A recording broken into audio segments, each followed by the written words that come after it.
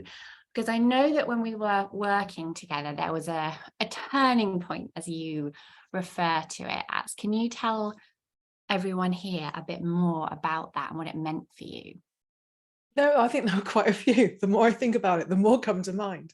But I think for me, I wanted to work with you because I knew that you'd kind of make me think about things, the world, in a different way. I'm an academic by training, and knew that I was deeply, deeply analytical, and also knew that there was a bit of me that was screaming out to be more intuitive, or that wasn't more intuitive, but I was kind of packaging away and going, no, no, no, no. And I think working with you last year enabled me to kind of take the lid off that box, and connect with that part of me in a much deeper way than I had previously done. So it allowed me to actually really clarify the vision I have for the world, which I'd never done. I'd kind of got this internal nudge that, again, I kept suppressing, but working with you and certainly the Wild Voice work that we did was just, that really deep connection to know, actually, this is really what is driving all of this stuff. And I had never really truly acknowledged it for what it was, because for many reasons, I don't think I'd wanted it to be that, to be honest with you. There was a bit of me that was really resistant to, this is really what's driving you behind all of this. And that was my analytical self, who was, Professor Erica Bowen. That's who I left academia being. She is my inner critic still. So that whole process enabled me to kind of tune into who I think I really am, acknowledge who I had been, and start to give space to who I actually wanted to move into being more of. So yeah, it was quite a transition, really. Wow. Well, congratulations for following that, even knowing there would be challenges, or perhaps because you knew there would be challenges. I love that. It shows such a depth of willingness and courage to, go towards the challenge. And what has that then meant for you? What's different in your business? What exists that didn't exist before? Well, I think what was different in my business, I think I still have, and I put it pretty much everywhere, the vision statement that I came up with in that program. And it's become that kind of touch point of, when I think about what I'm doing, what I want to offer, is that kind of, does that feed into this? Is it aligned with that? So that's one thing that's there. The other thing that you did, which really triggered some internal deep resistance, because I was reworking a group program that I had that had been called Courage to Choose. And at the time, I was quite connected to that, the intent behind the name of it.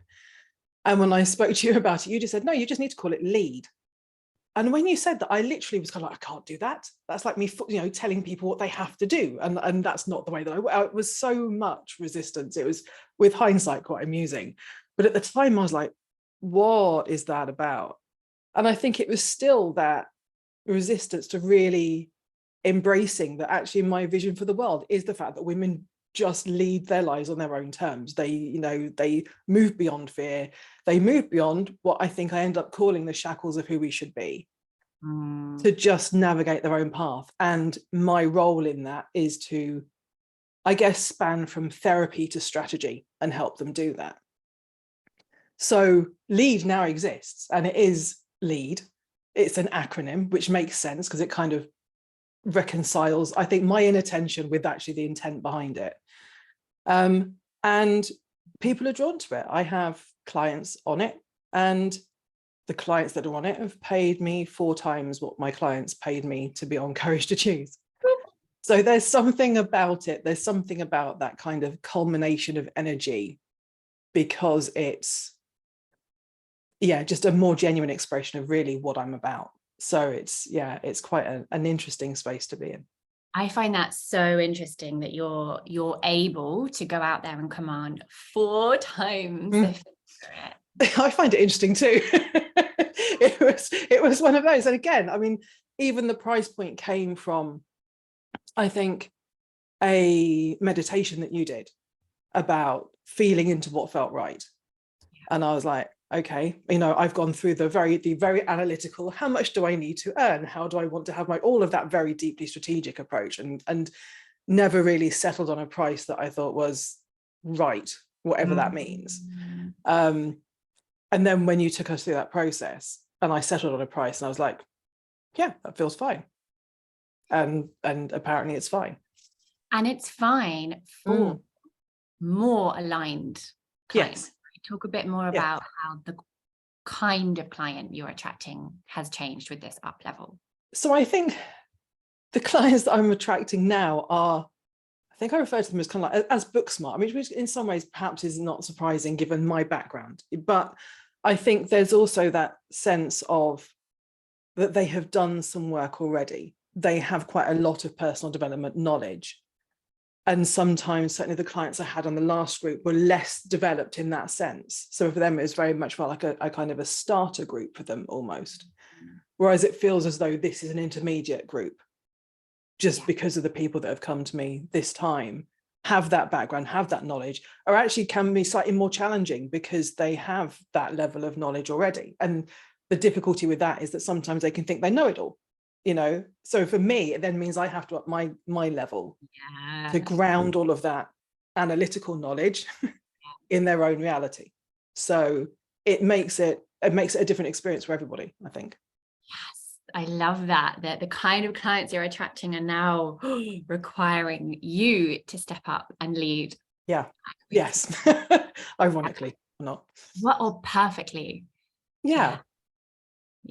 But no, it has been on reflection. Yeah. I mean, I think it was very catalytic working with you in ways that, you know, I hadn't really, in some ways, hadn't had the time to reflect on.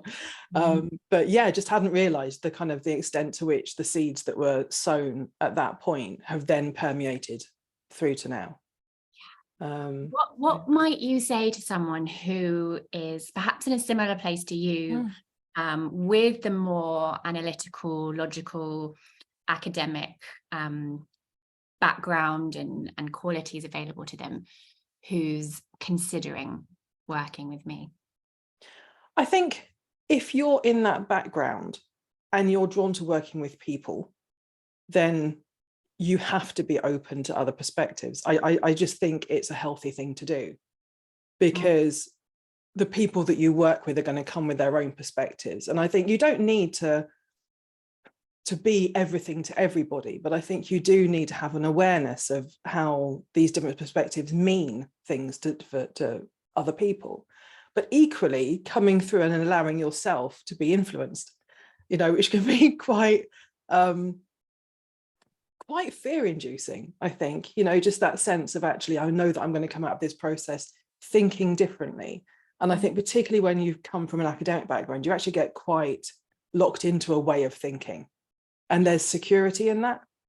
So it takes quite a bold move to come to somebody knowing that actually they are going to challenge the way that you show up in the world, the way you think about the world and other people in a really fundamental way. But you won't lose yourself in the process, you'll just gain from it. So, yeah. And where can people find out more about you, should they want to? So my coaching business is Lady Rebel Leader. And you can find me at www.ladyrebelleader.com.